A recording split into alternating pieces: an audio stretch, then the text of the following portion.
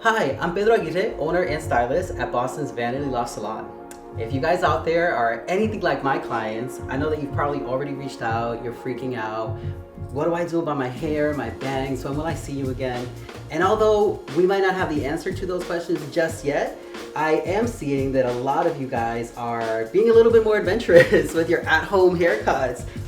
Some of those videos are cringeworthy, so I thought why not put together a little something, a few quick do's and don'ts to help you guys, for those adventurous ones that are gonna pick up your shears and go at it. Let me just be clear, this is not something that is meant to replace a haircut. Always wait for your stylist when at all possible. But again, I know some of you guys will do it, so hopefully this helps you out. One of the biggest questions I get asked the most right now is, what about my bangs? First rule of thumb with most bangs is they usually start at the front curvature of the head. So you wanna take your comb, you wanna lightly put it on the top of your head, and you're gonna see where it starts to roll down. That is usually the safest place to section off your bangs. Always use your clips to get the hair out of the way. You don't want to cut any hair that does not belong to your bangs. You always want to make sure that you cut your bangs dry, never wet. Hair usually stretches out when it's wet, so as it dries, it'll shrink up. You'll probably scream. You don't want to be that person, so definitely cut your bangs when the hair is dry. You want to go in, you want to grab your comb, and you want to gauge it. Some people have longer bangs, some people have shorter bangs. Not tight, slightly go down until you're comfortable with it. Hold it, you can put the comb against your face if you find that comfortable. And then you wanna go in. Now most people have a tendency to just wanna cut across. Never do that. You're gonna give yourself a very blunt line. It's gonna be very difficult for you to blend away. So go in with your comb.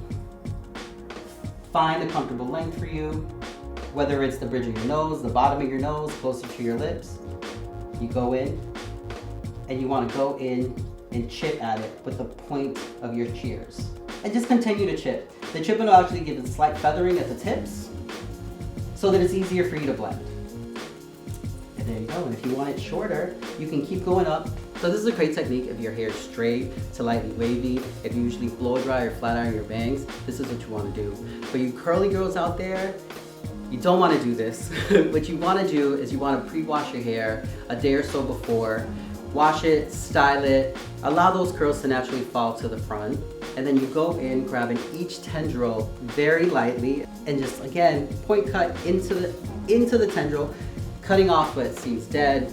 The other thing, I know a lot of you are asking me, oh my gosh, it's been too long. I've already missed my haircut appointment. My ends are looking disastrous. What do I do? And this is where things at home might get a little bit more complicated. So if you have a roommate, a family member, a spouse, boyfriend, girlfriend, whatever, this is definitely when you want to enlist their help, because it's definitely going to make things a lot easier. Otherwise, you're going to be pulling hair forward by yourself, giving yourself all types of angles, and it's going to be a little bit of a mess when you're done. So the first thing you're going to want to do, again, if you have straight hair, you're going to want to blow it out, make it smooth so that it all falls evenly.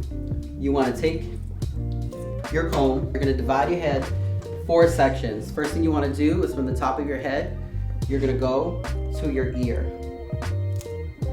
If she had ears, this is where her ear would be. You want to clip that out.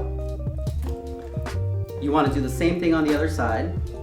This will just give you some control so you don't have a lot of hair in each section, therefore making it a lot easier for you to cut. Use your comb, go straight down until you find a comfortable length. Most people are only going to want to cut the bottom inch or so. And again, take your scissors, you chip in. Lightly cutting, never ever cut a blunt line. You're going to give yourself a headache trying to figure out how to blend that away. You're probably going to end up with shorter hair than you want, so don't do that. Just chip in.